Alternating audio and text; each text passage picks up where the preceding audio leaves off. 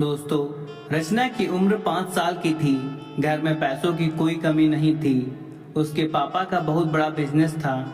रचना के पापा जगदीश जी उसे बहुत प्यार करते थे। वहीं उसकी माँ गीता उस पर जान छिड़कती थी। घर में कई नौकर थे जो दिन रात घर की साफ सफाई, खाना बनाना और भी सारे काम करते थे। एक दिन रचना अपनी मम्मी पापा के साथ घूमने जा रही थी। कार की पिछली सीट पर बैठकर रचना बाहर के नज़ारे देख रही थी। बाहर बारिश हो रही थी। रचना ने देखा एक छोटा सा लड़का सड़क किनारे अपनी बहन को गोद में बिठाकर खुद को और बहन को एक तिरपाल से ढकने की कोशिश कर रहा था, लेकिन तेज हवा के कारण दोनों ही भीग रहे थे। रचना बोली, मम्मी देखो वो दोनों बेचारे कैसे भीग रहे हैं। गीता जी बोली, हाँ बेटा, वे गरीब लोग हैं, यही उनका ठिकाना है। रचना बोली, लेकिन मम्मी ऐसा क्यों? हमारे पास तो इतना बड़ा घर है, कई कई कारें हैं और इनके पास सर छिपाने के लिए कुछ भी नहीं। गीता जी बोली, बेटी ये सब इनकी किस्मत से मिला है और हमें जो भी मिला है हमारी किस्मत से मिला है। तब रचना बोली, मम्मी ये किस्मत क्या होती है और ये सब कुछ बांटने में कंजूसी क्यों करती है? रचना की बात सुनकर गीता जी और जगदीश जी दोनों हंस पड़े। गीता जी बोली, नहीं बेटा, ऐसा नहीं बोलते। सब कुछ ईश्वर हमें देते हैं, किसी को कम तो किसी को ज्यादा। कुछ ही देर में लाइट ग्रीन हो गई और कार अपनी स्पीड से आगे बढ़ने लगी, लेकिन रचना के मन में कई सवाल उठ रहे थे जिनका जवाब न मिलने से वह परेशान हो रही थी। रचना रास्ते पर बाहर के दृश्य देखती रही। उसने कई जगह इसी तरह के गरीब लोगों को देखा जो किसी तरह अपनी गुजर बसर कर रहे थे। तीनों एक बड़े से होटल में खाना खाने के लिए रुके। जगदीश जी बोले, बोलो बेटी, तुम्हें क्या खाना है? जो चाहे वो मांग लो, बाद में तुम्हारी पसंदीदा आइसक्रीम खाएंगे। रचना बोली, पापा मेरा कुछ खाने का मन नहीं है। आपने शायद रास्ते में देखा नहीं, कितने लोग भूखे बैठे थे, वे भीख भी मांग रहे थे और हम यहाँ बड़े से होटल में खाना खा रहे हैं।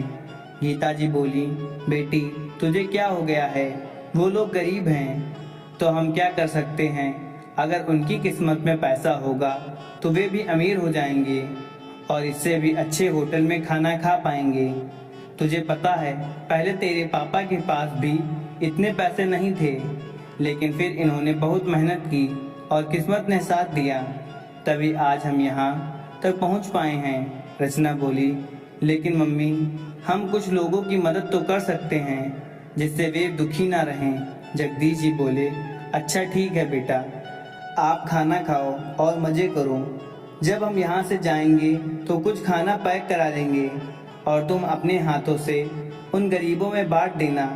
यह सुनकर रचना बहुत खुश हुई।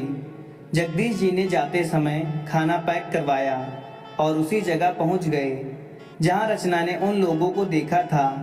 तब तक बारिश भी बंद हो चुकी थी। रचना ने अपने हाथ से सबको खाने के पैकेट दिए।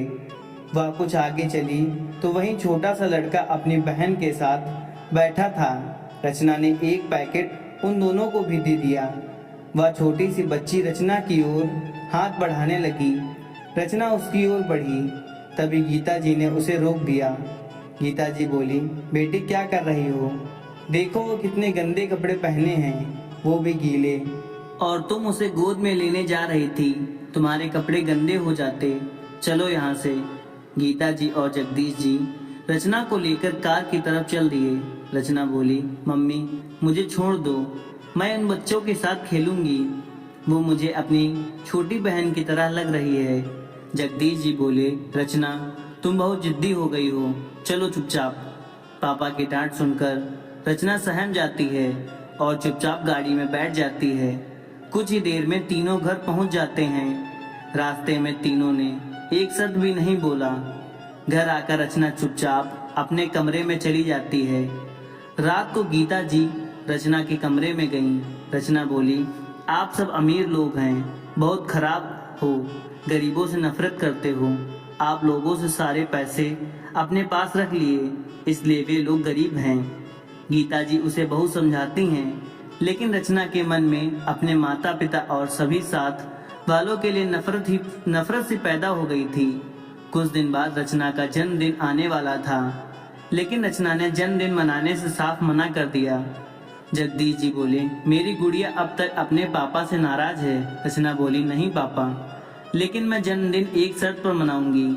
मेरे जन्मदिन में अपने अमीर मेहमानों को छोड़कर उन गरीबों को बुलाना चाहती हूँ और उनके साथ खेलना चाहती हूँ। जगदीश जी बोले, बेटी ऐसा कैसे हो सकता है? हमारे में और उनमें बहुत अंतर है। हमें अपने बराबर वालों में उठना बैठना चाहिए। बात पर रचना बोली, मुझे पता था, इसलिए तो मैं जन्मदिन नहीं मनाना चाहती थी, क्योंकि मैं इन सब लोगों से नफरत करती हूँ। तब गीता जी बोली, बेटा एक काम करते हैं, हम जन्मदिन तो वैसे ही मनाएंगे जैसे मनाते हैं, लेकिन दिन में हम कुछ केक और मिठाइयाँ लेकर वहीं चलेंगे और उन्हें बांट आएंगे। रचना नहीं मानती है, वह रोने लगती है। अपनी लाडली बेटी की आंखों में आंसू देखकर जगदीश जी का मन पिघल जाता है। जगदीश जी बोले, ठीक है बेटा, हम वैसा ही करेंगे जैसा तुम चाहती हो। जगदीश जी शहर के बाहर एक फार्म हाउस बुक करते हैं, वहाँ खाने पीने का पूरा इंतजाम करवाते हैं और फिर जन्मदिन वाले दिन वे सड़क किनारे बैठे सभी लोगों को कई बसों में बिठाकर वहाँ ले जाते हैं। उन्हें देखकर रचना बहुत खुश होती है। उसमें वे दोनों भाई बहन भी थे। गीता जी उनके लिए नए कपड़े लाई। रचना की नौकरानी उन्हें ले जाती है, उन्हें नहलाकर नए कपड़े पहनाकर तैयार करती है। जब वे दोनों बाहर आते हैं तो सभी उन्हें देखकर चौंक जाते हैं। रचना जोर जोर से उछलने लगती है। वे दोनों भाई बहन की रचना के साथ खेलने लगते हैं।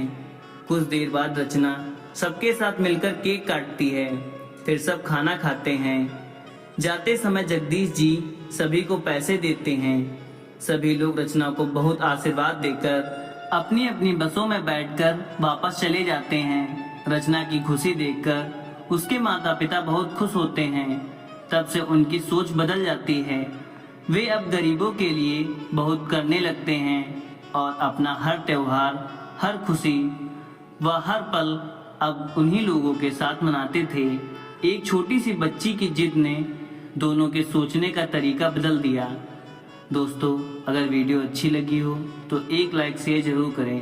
धन्यवाद। हर हर महादेव। जय जय श्री राधे।